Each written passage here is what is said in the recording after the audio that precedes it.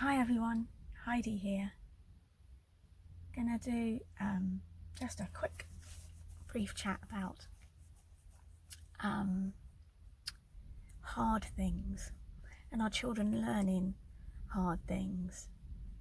There seems to be a bit of confusion about how children are going to learn to do these hard things if we aren't sort of creating scenarios in which they are required to do something they don't want to do.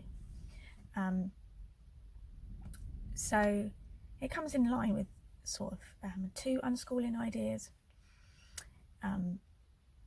which are that we choose joy in our life, so we are choosing to spend our time and our children's time and our family's time doing things that we enjoy, following our interests, making choices that will strengthen our relationships, which in most cases, I can't think of one off the top of my head where it's not, but I will say most cases, means that we're doing something that makes them happy, and we're not choosing that path which is going to put us at loggerheads with our children and put a strain on our relationship. So this idea that we are choosing joyful things and spending our time doing things that we like, and consequently having a good time and hopefully having a life or living a life that we find pleasant and enjoyable and peaceful. So it also rears its head, this idea about doing hard things, when we talk about children being self-directed, again choosing what they're doing and not forcing them to do things that they don't want to do. So maybe our own ideas about how they should be behaving and forcing them to do that, or bringing our own preconceived ideas to the learning table. And that's a figure of speech. We don't actually have learning tables, just in case you were picturing us with a table just for learning. That's not how it works. But you know, that idea that we are bringing a preconceived idea into their lives about what they should be learning and when they should be learning and how they should be learning, and requiring them to do that, forcing them to do that, even if it's with the best of intentions, even if we think we're right. But that idea that actually they get to choose what and when they learn, and they get to choose how they live their life. And it poses this question about, well, how will they learn? How will they learn to do hard things? How will they learn that there are sometimes things in life that we, you know, have to do that are hard? And how are they going to know how to do those things? How are they going to force themselves to do those things? How are they going to acquire the skills they need to do those things? And here is my answer. This is what I think. I think that when you live life, any life, irregardless of whether you're living a life where you're forced to do a lot of things that are hard and you're doing things you don't want to be doing, or whether you're living a life of joy and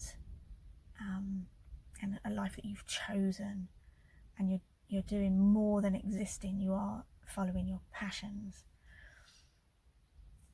Regardless of how you currently live your life, there are things in your life that come up that are naturally hard.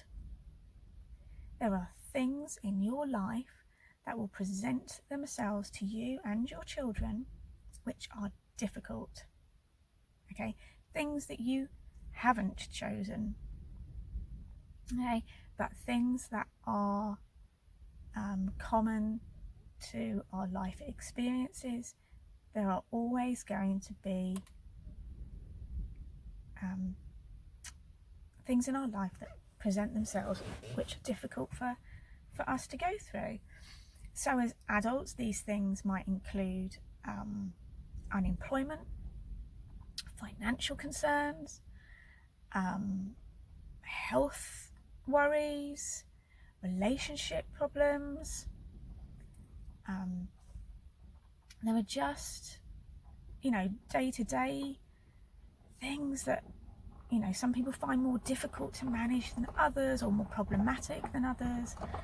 And those are ongoing life situations which present themselves naturally, which are difficult. And the same applies for our children. Now, they might not always look like the same as they do for adults, but there are children that go through health problems, and and those things can be hard. It can be really small things for children, like their favourite toy is broken. Other examples are, they've lost something that is of worth and of value to them, and that can be a really tricky moment.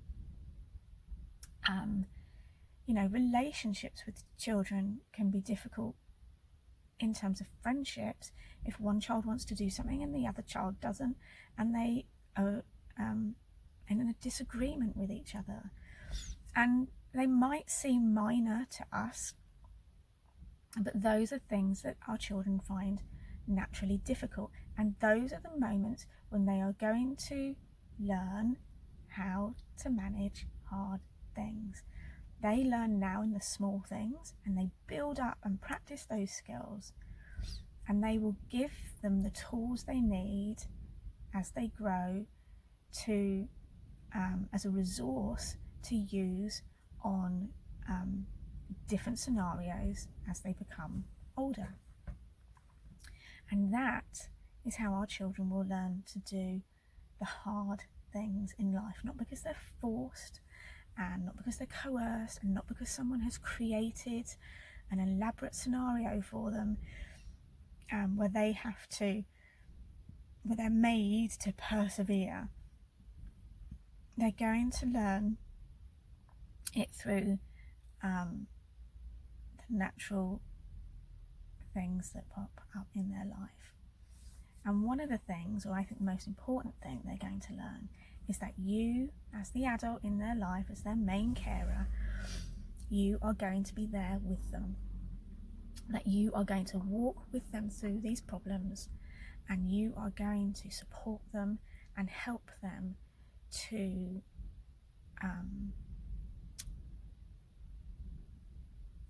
find a resolution in that thing that is difficult. So you're going to help them try and fix the toy. You're going to try and see if you can find a new identical toy to replace it. Okay, you're going to, so I'm thinking about these scenarios I mentioned before. You're going to help them find their lost toy. You're going to help them physically look. You're going to help them go through the thinking process of where they last played with it and what they were doing and where it might be. And you're going to contact their friends and if you've been to their house, or if you've been out with them, and ask, did you see it? Did you accidentally pick it up? Is it still in your house? And you're going to walk them through the process of giving them plans and ways forward in how to overcome their problems. And you're going to sit with them emotionally as they process their feelings of disappointment, of upset, of anger. You're going to encourage them to persevere if their ultimate goal is to maybe find that toy, to keep going, to keep trying different avenues. And you are going to lead them through their individual scenarios and walk with them, showing them how to use those tools, showing them what those skills are as they walk through their own natural, hard, difficult circumstances. And you're going to insert a little bit of joy into those moments, a little bit of fun, and try and make those difficult times palatable, and maybe even more than palatable. Maybe they will look back on it and will be able to see how you provided comfort and peace even in those difficult moments. And that again is going to be skills that they transfer into scenarios in the future. And if you find yourself listening to this and torn between the idea of forcing your child to do things because it's good for them to learn and it's good for them to persevere through that idea, I would ask you to reflect on what you're actually teaching your children, what they're actually learning. And that is possibly that they are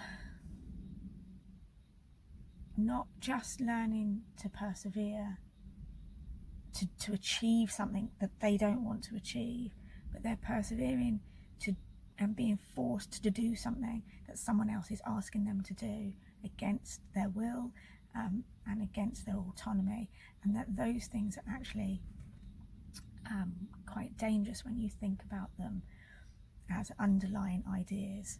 The idea that they are being required to do something against their will that someone else is asking them to do. In this scenario, it's you, a parent maybe, I'm guessing, and you are asking them to do something that you think is good for them, but that might not always be the situation your children find themselves in. So that's a little bit of food for thought. And the second thing I would ask you to do is to reflect on your own life in terms of what are you doing that you feel you are doing that you don't want to be doing, and truly analyze it and